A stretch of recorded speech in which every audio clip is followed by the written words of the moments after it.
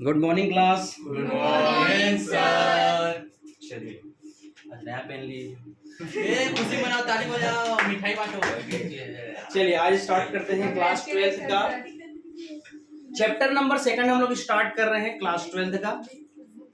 ठीक है, यूनिट 2 है, चैप्टर नंबर 3। ठीक है, ये ज्यादा ही कम हो गया, थोड़ा बड़ा बिल्कुल करने में लगने लग गया बस।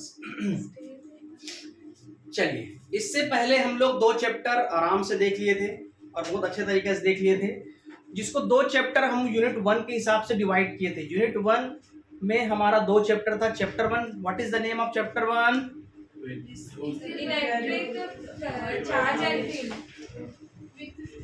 Electric electrostatic charge and field, स्थिर वैद्युत और उसका क्षेत्र। Second number electric potential and capacitance. क्या हुआ? विद्युत विभव और संधारित्र। चलिए, नंबर 3 आज हम लोग स्टार्ट करेंगे यूनिट नंबर 2, दैट मीन्स आपका चैप्टर नंबर 3। चैप्टर नंबर 3 अपन स्टार्ट कर रहे हैं। What is the name of this chapter? Current electricity. Current electricity recording चल रहा है। चलिए, करंट इलेक्ट्रिसिटी, इसको हम लोग बोलते हैं धारा विद्युत। धारा विद्युत। इस टॉपिक में हम लोग क्या क्या देखेंगे, ये अपने आप में एक कंप्लीट यूनिट है। ठीक है, अपने आप में एक कंप्लीट यूनिट में इसमें क्या क्या सिलेबस, इसको देखते हैं। चलिए, फर्स्ट है हमारा विद्युत धारा का प्रवाह। ठीक, इस चैप्टर में हम लोग ओवरऑल जो हमारा फ्री इलेक्ट्रॉन्स होता है, फ्री इलेक्ट्रॉन्स है ना, ये होता है 1.6 × 10⁻⁹ कूलाम। ठीक है, यदि हम एक कूलाम आवेश की बात करेंगे, पिछले चैप्टर में ऑलरेडी देख चुके हैं, 6.25 × 10⁻18।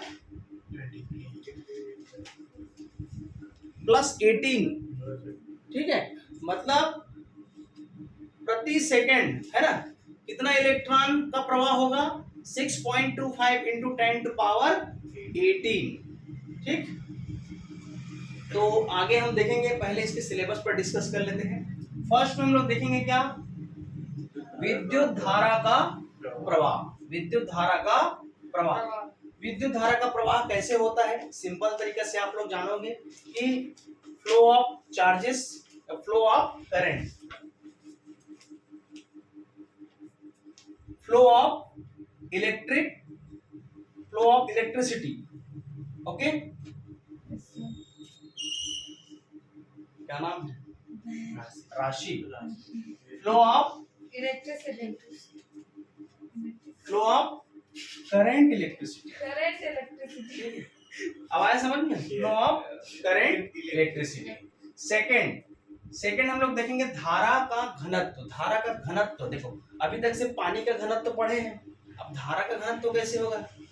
Current density. ठीक, this one is what? Current density.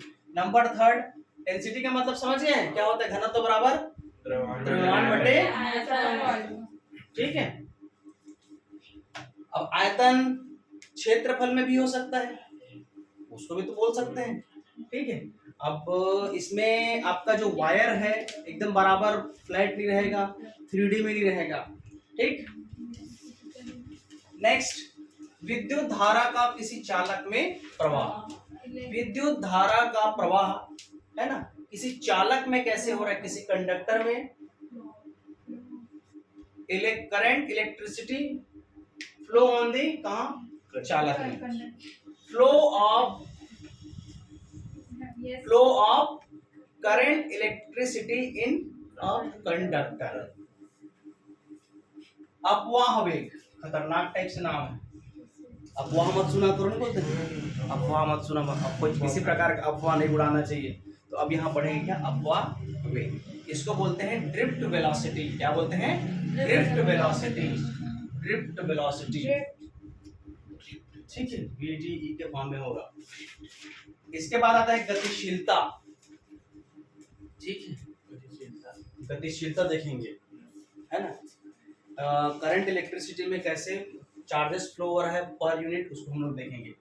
Then the most important है ना आप लोग का फेवरेट, ओम बाबा। ठीक, क्या है? ओम बाबा। ओम का नियम क्या होता है? ओम का नियम V is equal to I are.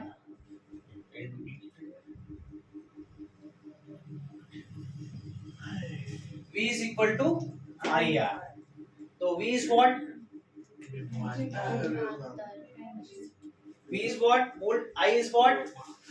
Current. R is what? इसको क्या बोलते हैं?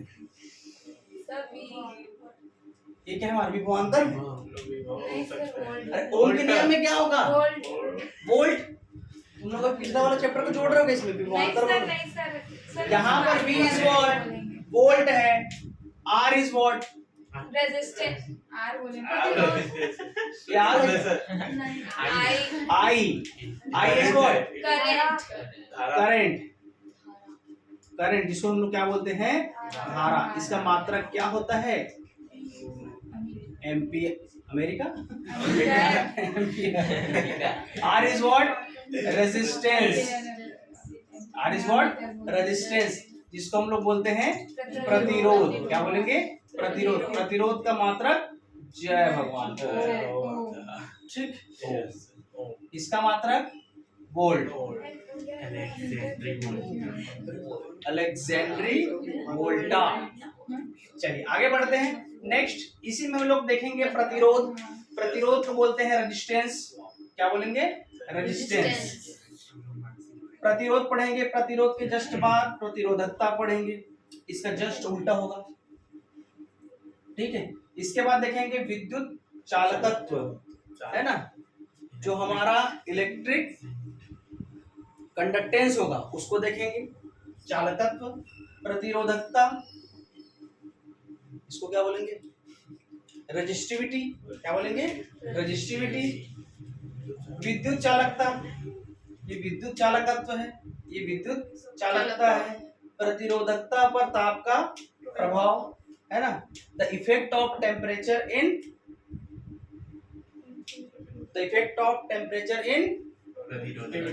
प्रतिरोधकता।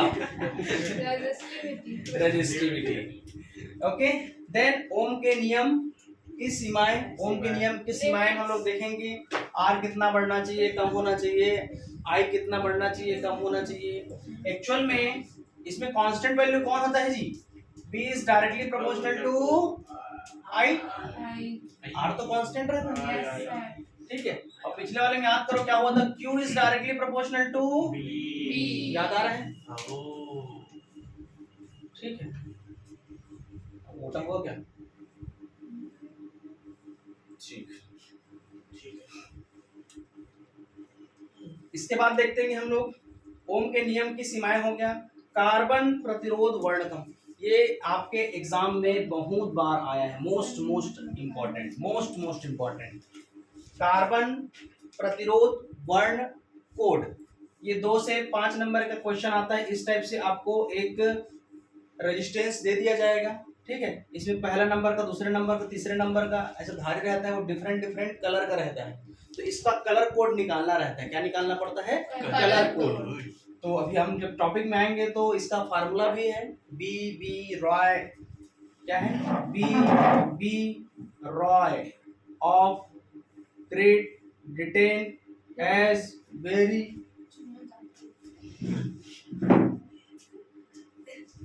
ठीक, ये इस टाइप से। इस सब का कलर, सबका नेम है कलर। इधर देखो ध्यान से। B B Roy of Great Britain has very good wife, ये इसका कोड है। वाइफ। तुम विकेट खुश हो गए, उससे क्या लेना देना? बेचारे के पास अच्छी है। हाँ, तो ये उसके कलर कोड को याद करने का तरीका है। क्या है? B Roy of Great Britain has a very good wife. ठीक है, is also having good vibe. Vibe means B black, brown, red, orange, yellow, green, blue, violet. G for green और W for white. Green. Grey होगा एक grey होगा हाँ हाँ ठीक. Grey and B white. Grey white Black से चालू होता है black से. ब्लैक से वाइट पे खत्म Black, ब्राउन ब्लू ऐसा कुछ नहीं नहीं वो एक बोल रहे black, हैं ब्लैक से एक स्टार्ट blue, होता है एक और brown. white. चलो चलो उसमें आएंगे तो क्लियर करेंगे ठीक है. Yes, sir. अभी एक नाम आता है उसको याद रखना. B.B. Roy of Great Britain has a very good wine. Wine. याद हुआ? B.B. Roy. Roy. Roy एक साथ पढ़ो. B.B. B.B. Roy of Great Britain has very good wine. वैज्ञानिक हैप्पी नाम टाइप छोड़. हैप्पी मैन ठीक है. चलिए ये होता है कार्बन प्रतिरोध वर्णक्रम. कोई आपको एक छोटा सा प्रतिरोध दे दिया जाएगा, उसमें डिफरेंट डिफरेंट लेयर का धारी होगा, उससे आपको क्या निकालना है, उसका प्रतिरोध वर्णक्रम. नेक्स्ट है हमारा विद्युत ऊर्जा एवं शक्ति. आप पिछले क्लास 11th में एक चैप्टर पढ़े हो, क्या क्या? कार्य, ऊर्जा एवं शक्ति.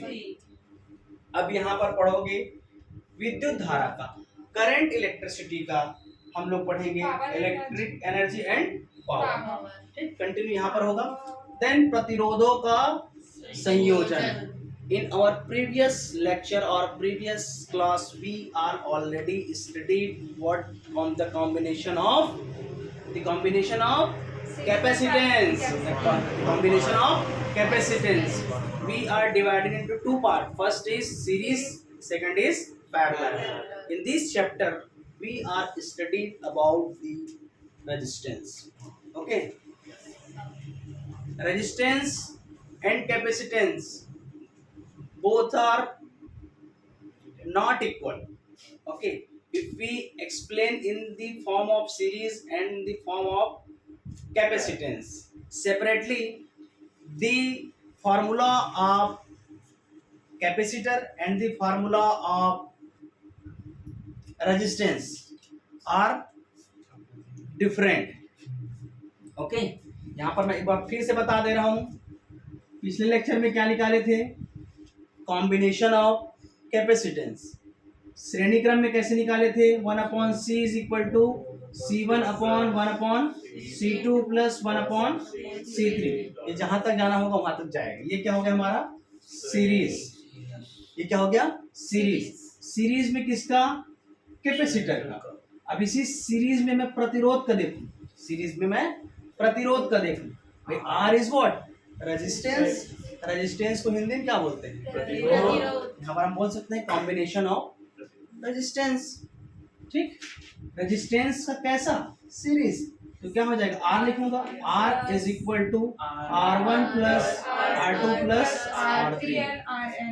ठीक है, dash dash dash dash dash dash plus RN. ठीक है, यहाँ पर भी लिख ले भाई, गलत हो जाएगा. 1/RCN. क्लियर. अब इसी का मैं पैरेलल निकालूंगा. पैरेलल किसका? कैपेसिटेंस का. तो पैरेलल में क्या निकलेगा? C is equal to C1 plus C2 plus C3 plus dot dot dot dot CN. Clear है यहाँ तक? पैरेलल का यदि हम रेजिस्टेंस में निकालेंगे, प्रतिरोध में निकालेंगे, तो प्रतिरोध का जस्ट क्या हो जाएगा? उल्टा 1/R is equal to 1/R1 plus 1/R2 plus 1/R3 plus dot dot dot plus 1/RN. याद रहेगा? कई बार बोल चुका हूँ, इससे प्रश्न 100% आता है. 100%. यदि आपका थ्योरी नहीं आएगा तो न्यूमेरिकल पूछेगा. न्यूमेरिकल पूछ देगा, 3 ठो प्रतिरोध दे देगा या 3 ठो कैपेसिटेंस दे देगा और बोलेगा कब मैक्सिमम होगा, कब मिनिमम होगा, या श्रेणी क्रम में क्या होगा, समांतर क्रम में क्या होगा. इस टाइप से क्वेश्चन आ सकते हैं. ठीक है, तो मैक्सिमम मिनिमम का कॉन्सेप्ट आप लोग याद रखिएगा. ठीक, बढ़े आगे.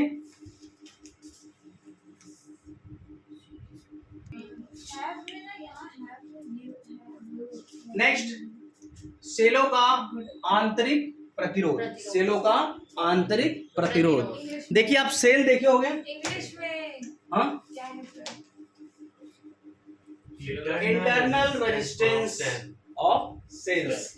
ठीक, देखो इसमें क्या होता है, सेल तो हम बाहर से देखते हैं, लेकिन उसमें कैसे इलेक्ट्रिसिटी जनरेट होता है, कैसे कोई भी डिवाइस चलता है, इसको हम लोग देखने के लिए सेल के आंतरिक प्रतिरोध को ऐसे बनाया जाता है ताकि उससे करंट जनरेट हो सके। नेक्स्ट, विद्युत वाहक बल, मोस्ट इम्पोर्टेंट आपके एग्जाम में आता ही है, या ये जो कॉन्सेप्ट है दूसरे में लगेगा उसको बेस करके बताया जाता है।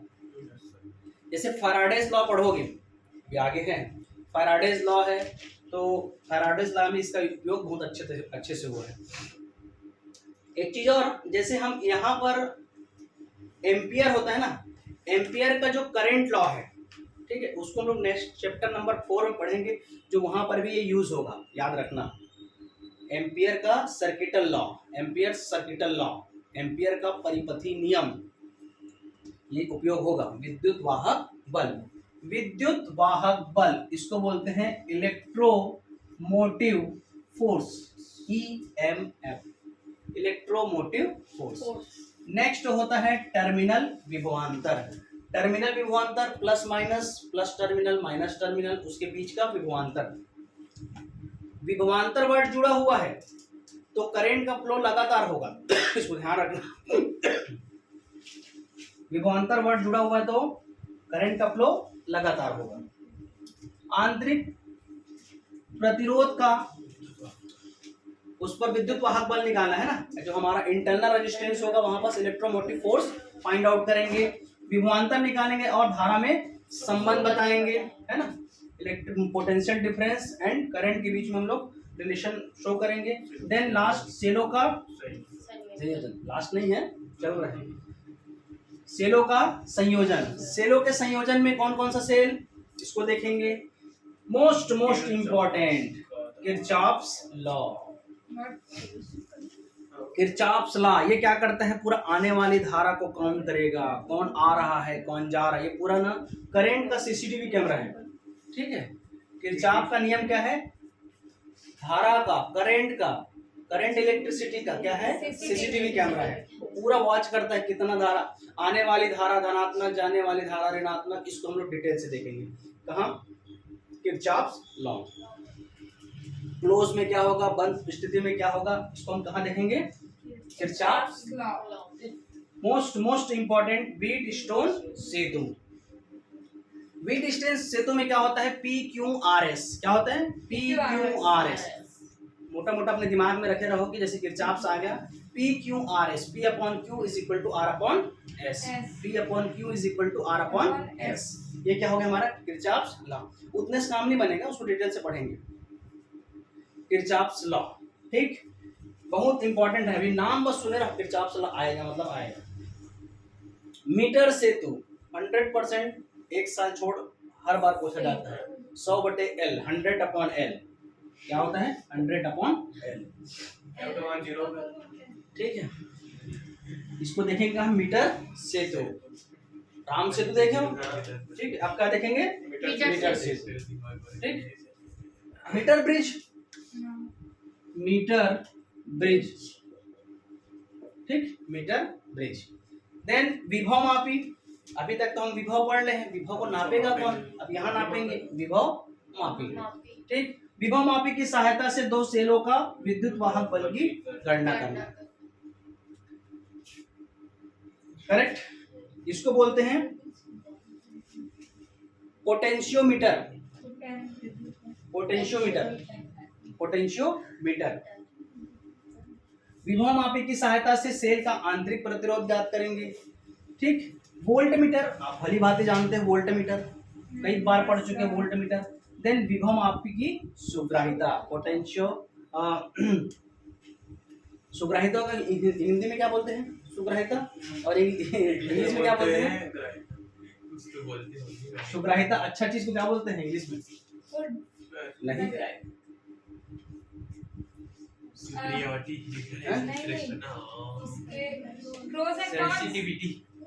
Sensitivity of potentiometer. चलिए, ये थोड़ा सा ब्रीफ एक्सप्लेनेशन था अबाउट अवर सिलेबस। इतने पॉइंट से हमारा बोर्ड एग्जाम में क्वेश्चन आने वाला है। According to the new syllabus के अकॉर्डिंग आपका हर चीज यही है, मैं कल देख चुका हूँ, तो हमको इसी पॉइंट पे डिस्कस करना है। ठीक, एक बार फटाफट आपके दिमाग में ये टॉपिक रहना चाहिए, फिर मैं 3 टॉपिक अभी कवर करता हूँ। विद्युत धारा का प्रवाह, बोलते जाइए। सेकंड, धारा घनत्व। ठीक, धारा घनत्व, करंट डेंसिटी, एक आध नहीं बोलूंगा तो बोल लेना वहीं से, है ना। विद्युत धारा का किसी चालक में प्रभाव, यहाँ पर देखेंगे कि करंट या इलेक्ट्रिसिटी कैसे फ्लो होता है, किस तरह से उसका डायरेक्शन होता है।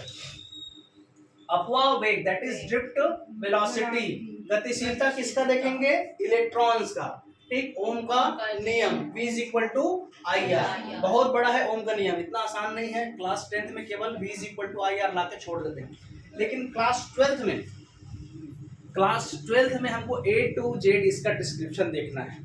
V कहाँ से आया, I कहाँ से आया, R कहाँ से आया, I का इफेक्ट क्या होगा, V का इफेक्ट क्या होगा, इस पूरे कॉम्बिनेशन में कौन बढ़ेगा कौन घटेगा, हम कहाँ देखेंगे, ओम्स लॉ से कंटिन्यूअस जाएंगे तो उसके प्रतिरोध के बारे में पढ़ेंगे, प्रतिरोधकता के बारे में पढ़ेंगे। ठीक, विद्युत चालकत्व हो गया, प्रतिरोधकता के बारे में जान चुके हो, रेजिस्टिविटी। विद्युत चालकता हो गया, प्रतिरोधकता पर ताप के प्रभाव हो गया, ओम के नियम की सीमाएं किसमें, यही I, R और V, कितना होना चाहिए तब लागू होगा उसको देखेंगे। मोस्ट इम्पोर्टेंट कार्बन प्रतिरोध का वर्ण कोड के लिए हम लोग क्या याद किए हैं, B Roy of Great Britain has very good wife. ठीक, नेक्स्ट, विद्युत ऊर्जा एवं शक्ति। इतना बन जाने के बाद एक विद्युत क्या करेगा, ऊर्जा के फॉर्म पे होगा, शक्ति के फॉर्म पे होगा, कितना होगा उसको हम लोग न्यूमेरिकली देखेंगे। प्रतिरोधों का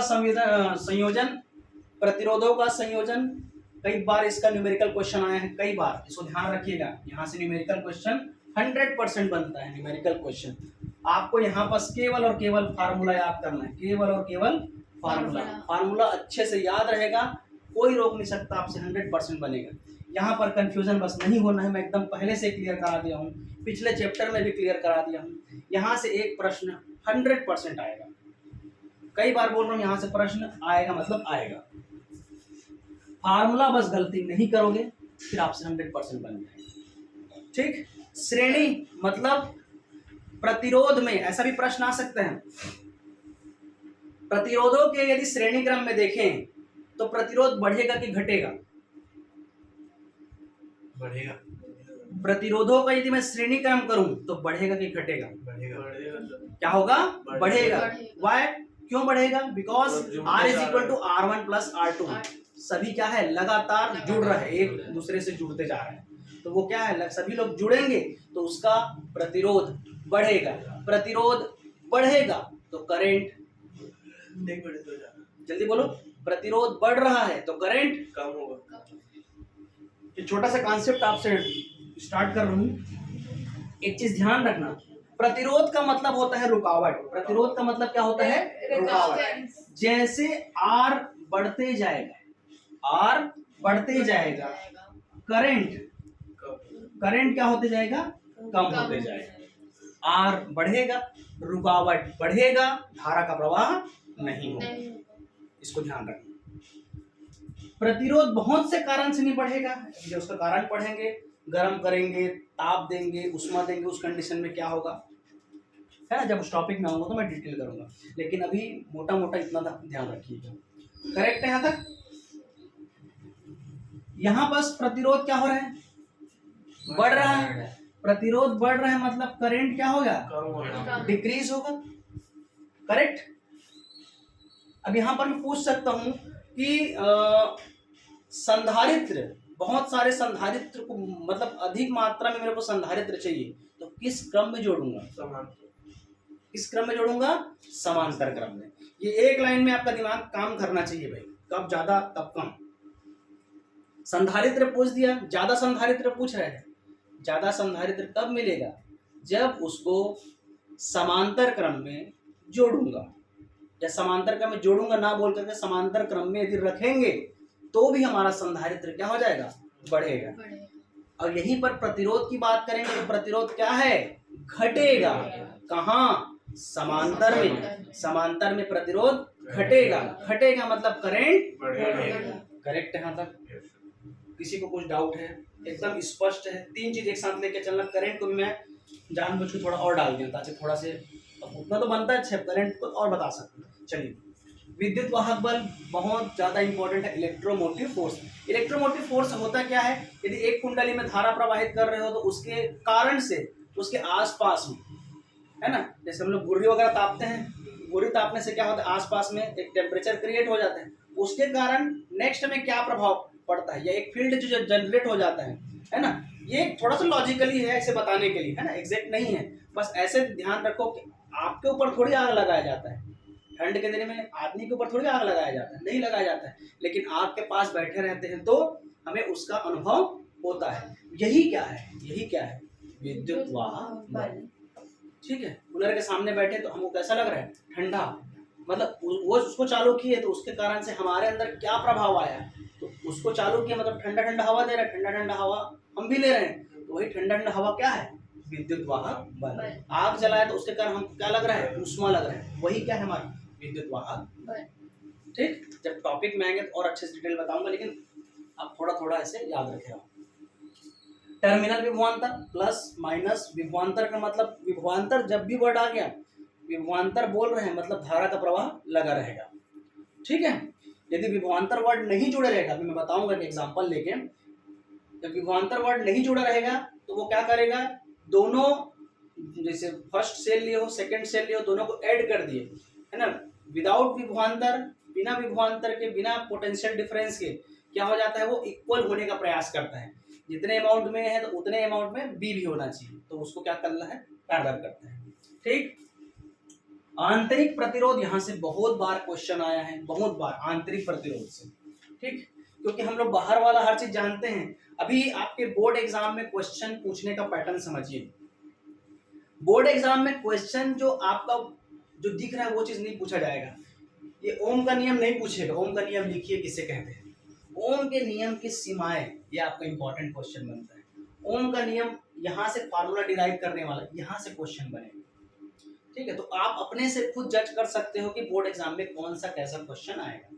ठीक, तो यहाँ से ध्यान रखना आंतरिक प्रतिरोध का, क्योंकि आपके लिए विद्युत वाहक बल भी नया शब्द है और आंतरिक प्रतिरोध भी नया शब्द है। प्रतिरोध बस जानते हो क्लास 10th में, क्लास 11th में भी अच्छे से पढ़े हो, लेकिन आंतरिक प्रतिरोध नहीं पढ़े हो, ना ही आंतरिक प्रतिरोध का विद्युत वाहक बल पढ़े हो, है ना। इंटरनल, है ना, क्या है इंटरनल रेजिस्टेंस का हम इलेक्ट्रोमोटिव फोर्स अभी तक से फाइंड आउट नहीं किए। विभवांतर और धारा, धारा भी बह रहा है और उसके बीच में विभवांतर भी है, तो इनके बीच में क्या रिलेशन होना चाहिए इसको भी देखेंगे। तो यहां से भी आपका 2 नंबर का क्वेश्चन बनता है कि डिफरेंस लिखने के लिए।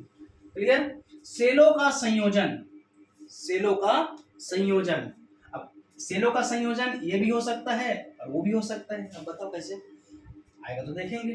किरचॉफ्स लॉ मोस्ट इंपॉर्टेंट, देखो ये अपने आप में एक यूनिट है, इसीलिए इसका हर एक टॉपिक इंपॉर्टेंट हो जाता है। बोर्ड में कौन से कहां से क्वेश्चन देगा इसका कोई ठिकाना नहीं है, हमको अपना तैयारी पूर्ण रखना है। किरचॉफ का नियम, 2 नियम लगेगा इसमें। ठीक है, कितना नियम रहेगा इसमें, 2 नियम, तो 2 नियम देखेंगे। किरचॉफ का नियम ये क्या काम करता है, धारा बह रहा है उसको काउंट करता है, वो देखते रहता है, वो क्या सीसीटीवी कैमरा है धारा का, कौन किधर जा रहा है, कौन कहाँ से आ रहा है, इसको धारा को देखने का काम किसका है, किरचॉफ। किरचॉफ एक साइंटिस्ट का नाम है। नेक्स्ट व्हीटस्टोन, व्हीटस्टोन भी साइंटिस्ट का नाम है। व्हीटस्टोन सेतु, है ना, व्हीटस्टोन ब्रिज, इसको हम लोग जानते हैं P/Q = R/S, इतना याद रखे रहना। नेक्स्ट मीटर सेतु, यहाँ से भी क्वेश्चन बनता है। विभव मापी पोटेंशियोमीटर, इसकी सहायता से हम लोग फिर से देखो, हर एक बार विभव मापी से विद्युत वाहक बल, ठीक, आंतरिक प्रतिरोध से विद्युत वाहक बल, ठीक है, विद्युत वाहक बल 3 क्वेश्चन आपका अलग से बनता है। विद्युत वाहक बल 1, 2 और ये 3। नेक्स्ट विभव मापी से सेल का आंतरिक प्रतिरोध, क्वेश्चन में आप कंफ्यूज नहीं होना, यहां से विभव मापी पूछ रहा है, यहां से डायरेक्ट इसका प्रतिरोध पूछ रहा है। ठीक है, आंतरिक प्रतिरोध किसका, विद्युत वाहक बल का। आंतरिक प्रतिरोध किससे निकालोगे, विभव मापी से, पोटेंशियोमीटर से। पोटेंशियोमीटर क्या करता है, विभव को मेजर करता है। V is equal to W/Q0। आ रहा है यार? देन वोल्टमीटर और लास्ट में हमका क्या हो जाएगा, विभव मापी की सुग्राहिता। चलिए स्टार्ट करते हैं इसके पॉइंट्स, कुछ पहले नंबर के पॉइंट से स्टार्ट करते हैं। समझ आ रहा है सबको? ये तो रहा सिलेबस। देखो सिलेबस में टॉपिक्स को क्यों याद कराया जाता है, ताकि आप इस हिसाब से अवेयर हो जाएं कि टॉपिक कौन कौन से आने वाला है। इस पर्पज से आपको सिलेबस बताया जाता है, ठीक है। तो हम लोग स्टार्ट कर रहे हैं क्या, विद्युत धारा का प्रवाह। विद्युत धारा के प्रवाह, सपोज हम एक एग्जांपल ले रहे हैं, दिस वन इज, एक गोला ए है और सेकंड इज बी, ठीक है। इसको स्टैंड कर दिए, ए को हम दिए प्लस चार्ज, ठीक, बी को दिए क्या, माइनस चार्ज, और इसको मैंने कनेक्ट कर दिया, ठीक है। इसको क्या कर दिया हम लोग, कनेक्ट कर दिया। अब मैं आप लोग से पूछूं धारा का दिशा किधर है और इलेक्ट्रॉन का दिशा किधर है, तो क्या बताओगे? धारा की दिशा किधर है ना, direction of current, direction of current, और डायरेक्शन ऑफ इलेक्ट्रॉन, या फिर फ्लो ऑफ इलेक्ट्रॉन का डायरेक्शन किधर है, फ्लो ऑफ करंट का डायरेक्शन किधर है, तो आप क्या बताओगे? हम पढ़े हैं प्लस से माइनस, या जब इसके कॉन्सेप्ट को स्टार्टिंग में समझा गया तो इसके कॉन्सेप्ट को समझने के लिए प्लस टू माइनस का यूज किया गया था, ठीक है। प्लस से माइनस मतलब धारा की दिशा होगी। इलेक्ट्रॉन कभी भी प्लस से माइनस में नहीं जाता है, कहां से आता है, माइनस से। ये क्लियर हुआ? इलेक्ट्रॉन का डायरेक्शन माइनस से प्लस, प्लस से माइनस कौन, धारा की दिशा। अभी हम लोग आगे पढ़ेंगे Fleming left hand rule, Fleming right hand rule, palm hand rule, ठीक है। फ्लेमिंग के दाएं हाथ के हथेली नियम नंबर 1, सब पढ़ेंगे। हर एक पॉइंट बहुत इंपॉर्टेंट है ऐसे वाला। तो वहां पर हम लोग देखेंगे कि विद्युत धारा की दिशा कौन सा है ना, चुंबकीय क्षेत्र की दिशा कौन सा है, और धारा प्रवाह की दिशा कौन सा है, उसमें हम लोग देखेंगे। तो यहां से हम लोग ये देख पा रहे हैं, जैसे ही ये इसको नाम भी दे सकते हो, ये उच्च विभव वाला है, ये क्या है हमारा, उच्च विभव का एक गोला है। क्या है ये, उच्च विभव का एक गोला, और ये क्या है हमारा, निम्न विभव का एक गोला है, ठीक है। High potential and low potential, clear है? देखिए मैं बात कर रहा हूं यदि पोटेंशियल का, बात करूंगा यदि पोटेंशियल का, कि एक जो गोला ए है और गोला बी है, ठीक है, इसको यदि मैं एक दूसरे से कनेक्ट कर रहा हूं सिंपली, तो ये क्या करेगा, जितने अमाउंट में ये है उतने ही अमाउंट में ये होगा, मतलब दोनों क्या हो जाएगा, बराबर होगा। लेकिन मैं लगातार करंट का फ्लो हो रहा है, दोनों के बीच यदि विभवांतर आ रहा है, पोटेंशियल डिफरेंस आ रहा है, तो हमारा करंट धारा लगातार हमको देखने को मिलेगी। इस चीज को ध्यान रखें। क्या बोला मैं, पोटेंशियल डिफरेंस यदि बना हुआ है, विभवांतर यदि बना हुआ है, तो धारा लगातार बहेगी, करेक्ट। सिंपली यदि मैं कनेक्ट कर दिया तो वो क्या हो जाता है, एक समय के बाद रुक जाता है। एक चीज और, ये सब कब हो रहा है, विद्युत क्षेत्र की उपस्थिति में। विद्युत क्षेत्र की उपस्थिति में, in the presence of electric field, then the system is work, तब ये सिस्टम वर्क करेगा। जो direction, direct flow of the direction of current क्या हो जाएगा, positive to negative. Which condition we apply, in the presence of electric field. मैं पिछले class में बोल चुका हूँ, जब भी हम ऐसे इस टाइप से वर्क करेंगे तो इलेक्ट्रिक फील्ड क्या हो जाएगा, प्रेजेंट रहना चाहिए। इलेक्ट्रिक फील्ड यदि एब्सेंट है तो उस कंडीशन में हमारा किसी भी प्रकार का धारा प्रवाहित नहीं होगा, उस चीज को ध्यान रखिए। करेक्ट, आगे बढ़े। ठीक, अब आता है हमारा क्या, धारा विद्युत। क्या होता है, धारा विद्युत, इसको बोलते हैं current electricity. Electricity, current electricity, यही है फर्स्ट टॉपिक आपका। ये आपके 2 मार्क्स का इंपॉर्टेंट क्वेश्चन बनता है, 2 मार्क्स का इंपॉर्टेंट क्वेश्चन, धारा विद्युत क्या है। तो सिंपल सी बात है, धारा को हम क्या लिखते हैं, I is equal to, class 11th में हम कई बार पढ़े हैं क्या, Q अपॉन टी। क्या होता है, Q upon T. Current is equal to charge upon time.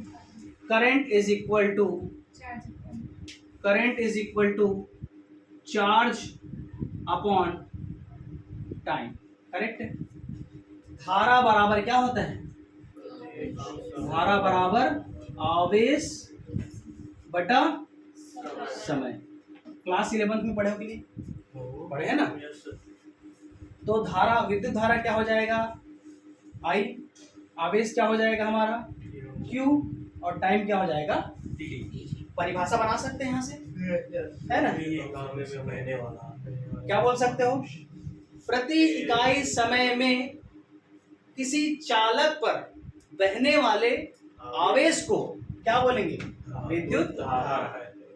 Per unit time the flow of charges in any conductor, this one is called what, current electricity. Clear हुआ definition, एक बार और। प्रति इकाई, कई प्रकार से इसका डेफिनेशन बोल सकते हो। जितने अमाउंट में आप किसी चालक को, किसी भी अमाउंट में किसी चालक को धारा प्रवाहित दे रहे हो प्रति इकाई समय में, तो वह क्या कहलाएगा, धारा विद्युत। प्रति इकाई समय में किसी चालक में बहने वाली आवेश को क्या कहते हैं, विद्युत धारा या धारा विद्युत। करेक्ट है। ये और किस प्रकार से हो सकता है, इसको हम यदि थोड़ा सा समय इसका कम कर दें या थोड़ा बढ़ा दें, सपोज मान के चलो t था पहले, तो t प्लस डेल टी कर दिए, ठीक है। तो इस कंडीशन पे हमारा आवेश कितना हो जाएगा, del Q. In this condition, ऊपर वाले मिटाऊं क्या, इतने में करते हैं। इतने कंडीशन में क्या हो जाएगा हमारा, I is equal to del Q upon del T. या इसी को और क्या लिख सकते हैं, लिमिट में, आप मैथ्स वाले होंगे तो समझेंगे, limit del T tends to 0 del Q upon del T. या और क्या लिख सकते हो, और क्या लिख सकते हैं इसको, I is equal to D Q upon D T. Correct, D Q upon D T.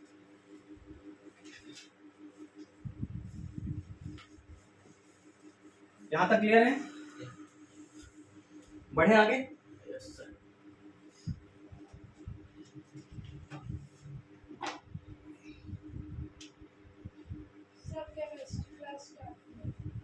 हाँ, बस थोड़ा सा खत्म कर रहे हैं इसको। चलिए केमिस्ट्री क्लास स्टार्ट करेंगे। यहां तक हो गया, I is equal to what, Q upon टी। इसका यूनिट निकालेंगे। यूनिट क्या होता है हम जानते हैं, एम्पियर। क्या होता है इसका, करंट का ampere. 1 ampere is equal to 1 ampere is equal to 1 coulomb upon 1 second. इसको याद रखेंगे, ठीक। 1 ampere is equal to 1 coulomb upon 1 second. तो आप बोल सकते हो कि कूलम अपॉन सेकेंड क्या हो, एम्पियर। करेक्ट। अच्छा, 1 कूलम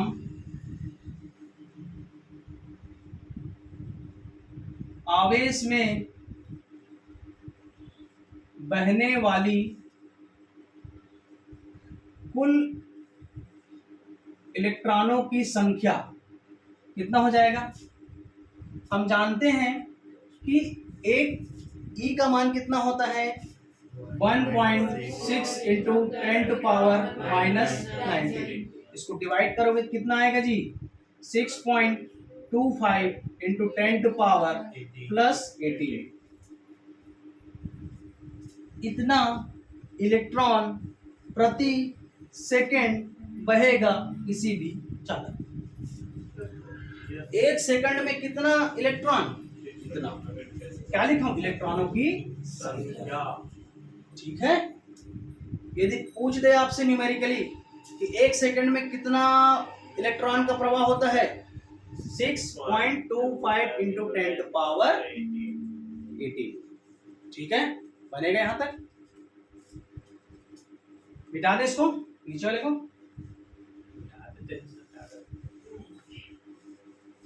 चलिए ध्यान दीजिए, इधर आओ। यहां तक क्लियर हुआ? अब इसकी क्या निकालेंगे? मात्रक तो हो गया, मात्रक निकल गए ना। मात्रक क्या निकला हमारा? एम्पियर। ठीक, अब इसका दिशा निकालेंगे। धारा विद्युत, that is current electricity. Current electricity का क्या निकालेंगे हम लोग? डायरेक्शन। हम जानते हैं कि धारा विद्युत का